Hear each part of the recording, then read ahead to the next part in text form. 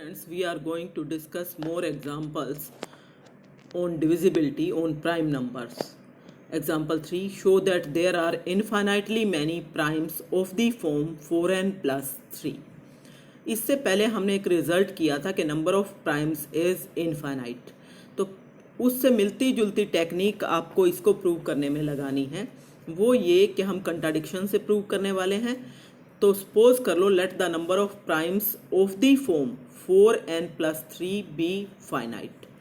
जो भी नंबर्स हैं प्राइम नंबर्स, वो दो ही टाइप के होते हैं, या तो 4n plus 1 या 4n plus 3। ये हमने लास्ट वीडियो में प्रूव किया था। आपको ये प्रूव करना है कि उसमें से जो 4n plus 3 टाइप के हैं वो इनफाइनाइट हैं। एक्चुअली 4n plus 1 टाइप के भी इनफाइनाइट होते हैं।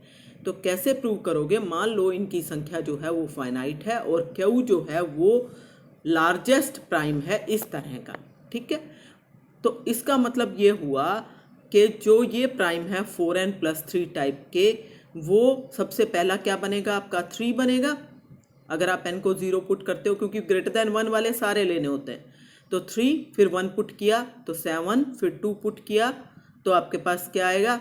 11 एंड सोन। तो Q तक जाके सारे खत्म हो जाते हैं।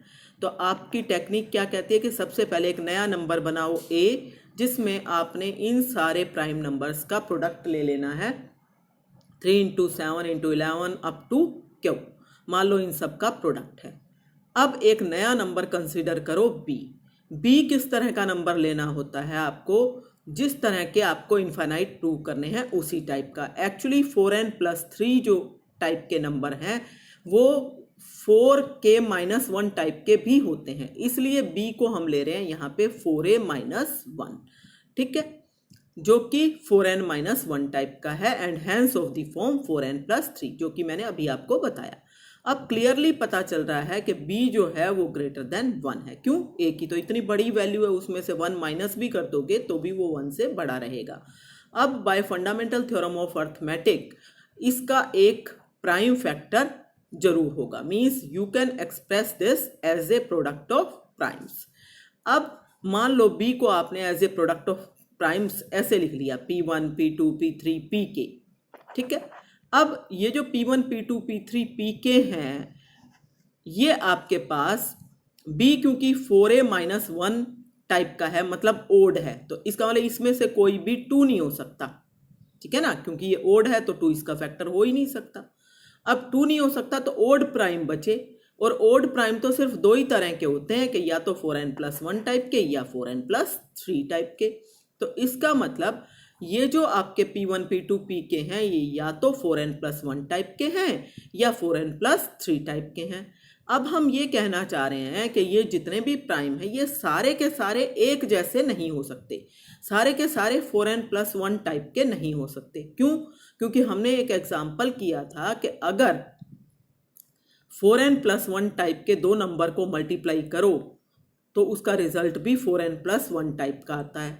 Means actually product of numbers of the type 4n plus 1 is also of the type 4n plus 1। तो इसका मतलब अगर ये सारे 4n plus 1 टाइप के होते तो इनका प्रोडक्ट मतलब B, वो भी किस टाइप का होता? 4n plus 1 टाइप का। लेकिन वो तो 4n plus 1 टाइप का नहीं है, वो तो 4n-1 टाइप का है। तो इसका मतलब ये सारे 4n plus 1 टाइप के नहीं हो सकते, कोई एक ऐसा जरूर होगा जो कि 4n plus 3 टाइप का हो। Therefore, at least one out of the prime factors P1, P2, Pk of B is of the form 4n plus 3। अब जब एक इसमें से इस टाइप का है तो इसका मतलब मान लो वो नंबर है P, वो प्राइम है P, तो वो P प्राइम जो है वो इन्हीं में से एक है, इसलिए B को भाग कर रहा है क्योंकि इसका फैक्टर है। और आपने ये कह रखा है कि 4n plus 3 टाइप के जो प्राइम्स हैं वो तो सारे यही वाले हैं जिनका प्रोडक्ट A है। तो इसका मतलब इस प्रोडक्ट के अंदर ये वाला P भी तो आ गया कहीं ना कहीं, तो it means P will divide A। So P will divide A and P will divide B। जब P A को भाग कर रहा है तो इसका मतलब आपके पास क्या करें, हम यहाँ पे इसको 4 से मल्टीप्लाई करें और B माइनस करें, तो P will divide 4a - B, क्योंकि आपके पास रिजल्ट होता है कि अगर कोई नंबर ए को डिवाइड करे और बी को डिवाइड करे तो एक्स से प्लस वाई बी को भी डिवाइड करता है, मतलब कोई भी मल्टीपल आप ले सकते हो, इसलिए हमने यहाँ 4 ले लिया और यहाँ -1 ले लिया। So P will divide 4a minus B. अब 4a माइनस बी की वैल्यू क्या बनेगी, क्योंकि आपके पास यहाँ से देखो b की वैल्यू क्या है, 4a माइनस 1 है, तो 4a माइनस बी की वैल्यू तो +1 हो गई। So it means p will divide 1 and this is not possible, क्योंकि प्राइम नंबर तो शुरू ही 2 से होते हैं। So this our position is wrong and hence the number of primes of the form 4n+3 is infinite. तो इस तरह से आपने इसको प्रूव करना है, ठीक है। नेक्स्ट एग्जाम्पल देखो, show that there are infinitely many primes of the form 6n+5। तो ये कई एग्जाम्पल्स हैं जो कि मिलते जुलते हैं, ठीक है। टेक्निक वही की वही है, क्या करना है, late the number of primes of the form 6n+5 be finite, ठीक है। और क्यू पे सपोज करो ये जाके खत्म हो जाते हैं, तो ये नंबर्स कौन से होंगे, ये होंगे, पहला नंबर आएगा 5, फिर 1 लिया तो 11 आएगा, 2 लिया तो 17 आएगा, और क्यू पे जाके खत्म हो रहे हैं। इन सारों का प्रोडक्ट ए ले लो, तो 5 × 11 × 17 × क्यू, ये 11 हो गया। अब बी नंबर कैसा मानना है, जो आपको प्रूव करना है उस टाइप का, मीन 6a - 1 टाइप का। एक्चुअली 6a - 1 6n+5 टाइप का ही होता है, इसलिए, ठीक है। अब क्लियरली बी जो है वो 1 से बड़ा है, इसका मतलब इसकी प्राइम फैक्टराइजेशन निकाली जा सकती है। इसकी प्राइम फैक्टराइजेशन आप सपोज कर लो कि वो जो प्राइम फैक्टराइजेशन है वो है आपके पास P1 P2 P3 up to Pk, means B को आप लिख सकते हो इस तरीके से। अब बी जो है वो तो 6a - 1 टाइप का है, इसका मतलब ओड है, ठीक है ना। इवन में से -1 करोगे तो ओड ही तो आएगा, तो ये ओड है, इसका मतलब इन फैक्टर में से कोई भी 2 तो हो नहीं सकता, तो सारे ओड प्राइम्स हैं ये। अब ओड प्राइम्स जो हैं वो आपके पास किस किस टाइप के होते हैं, ओड प्राइम्स जो हैं या तो 6a - 1 टाइप के होंगे या 6a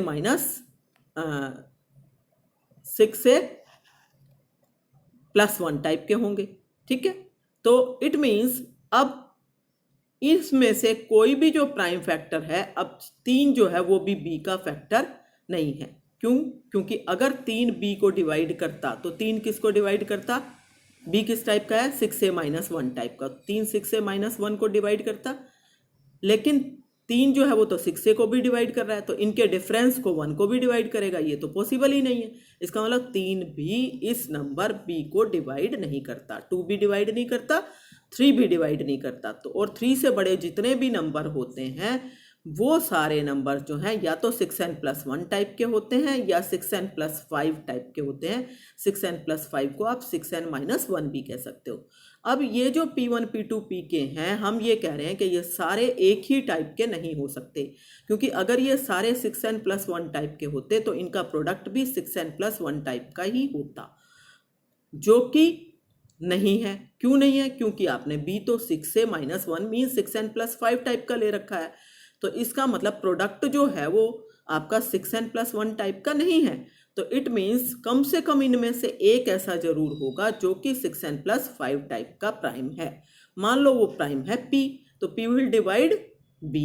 अब क्योंकि ये p प्राइम 6n+5 टाइप का है और 6n+5 टाइप के जो प्राइम्स हैं वो सारे के सारे बस यही थे जिनका प्रोडक्ट आपने a लिया हुआ है, तो इसका मतलब इन्हीं में से ये जो आपने 5 11 17 क्यू ले रखा है, इन्हीं में से कोई एक p है, तो इसका मतलब p विल डिवाइड a, क्योंकि ये a तो प्रोडक्ट है इन सब का, तो p will divide a।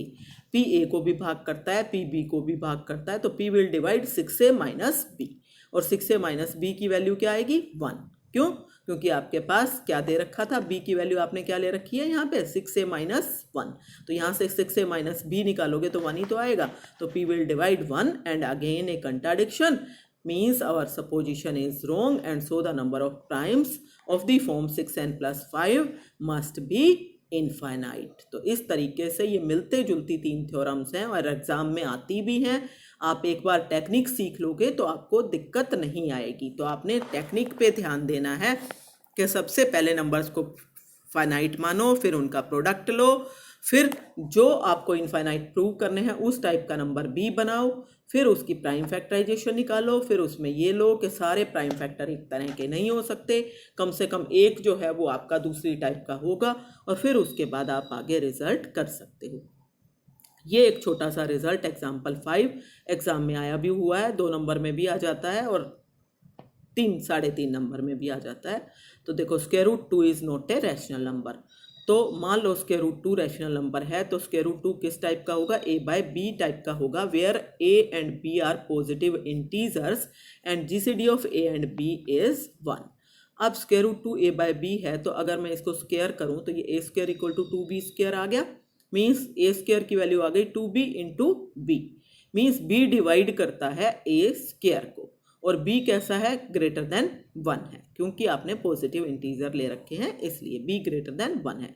So by fundamental theorem of arithmetic there exist at least 1 prime factor, b का एक प्राइम फैक्टर जरूर होगा, तो सच दैट p एग्जिस्ट करता है जो p b को डिवाइड करेगा। अब p b को भाग कर रहा है और b a स्क्वायर को, तो p will divide a square, तो p a स्क्वायर को भाग कर रहा है। अब एक प्राइम नंबर 2 नंबर के प्रोडक्ट मतलब a इंटू ए को भाग करे तो वो उनमें से एक को जरूर भाग करेगा, it means p will divide a।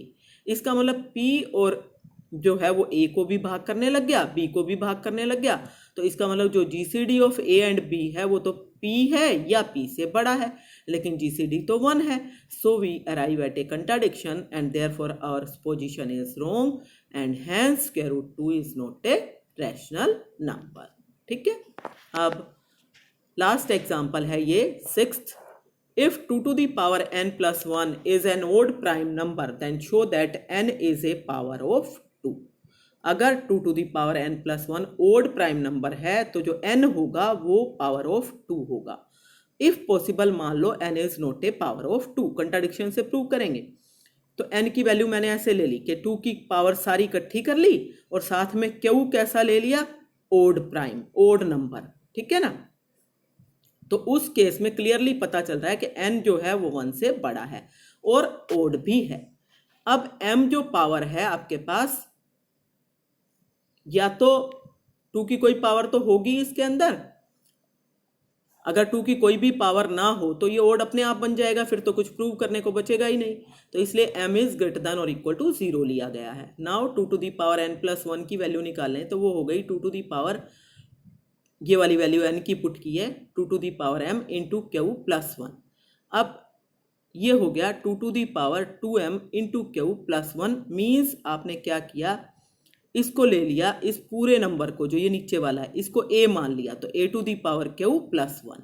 ठीक है, जहां पे a की वैल्यू क्या है, 2 to the power 2 to the power m, जो कि आपके पास अगर आपने m को 0 भी ले लिया तो भी आपके पास इसकी वैल्यू 2 आएगी, means this value is greater than और equal to 2। This is a to the power Q plus 1 और क्यू कैसा है, ओड, तो this is a to the power Q plus 1 to the power Q. इसके factor बना सकते हो, क्योंकि ओड है, प्लस साइन हो तो फैक्टर सिर्फ तभी बनते हैं जब पावर ओड हो, इवन में नहीं बनते। तो ये आपके पास आ जाएगा a plus 1 into a to the power Q minus 1, ये पॉजिटिव टर्म है, अगली नेगेटिव आई, a to the power Q minus 2, अगली पॉजिटिव आई, एंड सो ऑन, लास्ट में 1। अब ये जो a प्लस 1 है इसकी value 2 to the power 2 to the power m plus 1, आपको पता है, ये लिख रखा आपने 2 to the power 2 to the power m की वैल्यू ही 2 से बड़ी है, तो ये कुल वैल्यू तो 3 से भी बड़ी हो गई, तो this is certainly greater than 1। It means ये जो नंबर है ये कंपोजिट हो गया, ठीक है ना, क्योंकि आपका ये वाला जो फैक्टर है इसमें भी देखो 1 आ रहा है ना, और 1 के अलावा भी बहुत कुछ आ रहा है। इसके अगर मैं ऐसे फैक्टर बनाऊं, देखो ये a to the power Q minus 1 minus a to the power Q minus 2, यही टर्म आएंगी ना, एक पॉजिटिव एक नेगेटिव, तो मैंने ये ब्रैकेट लगा ली, दो टर्म्स को इकट्ठा करके, दो टर्म्स को इकट्ठा करके अगर आप ब्रैकेट लगाओगे तो भी आपके पास लास्ट में 1 बचेगा, means this is greater than 1। जब ये नंबर ग्रेटर देन 1 है, ये नंबर ग्रेटर देन 1 है, तो ये तो कंपोजिट हो गया, लेकिन आपको तो ये प्राइम नंबर दे रखा था, so this is a contradiction. And so जो आपकी पावर है n वो आपकी 2 to the power m into Q type की नहीं होगी, बल्कि ये ओड नंबर आएगा। n is a power of 2, n will be A power of 2। m जो है वो आपके पास इसके साथ क्यू जो है वो मल्टीप्लाइड नहीं होगा, सो कंट्राडिक्शन आ गई, and therefore n is a power of 2। अब आपके पास आ जाती है एक्सरसाइज, और आपने ये एक्सरसाइज जो है वो ट्राई कर लेनी है। ये मैं आपको एक बार स्क्रीन पे शो कर रही हूँ और पीडीएफ में भी मैंने आपको भेज रखी है, तो ये आपने देख लेनी है और इसको ट्राई कर लेना है। ठीक है।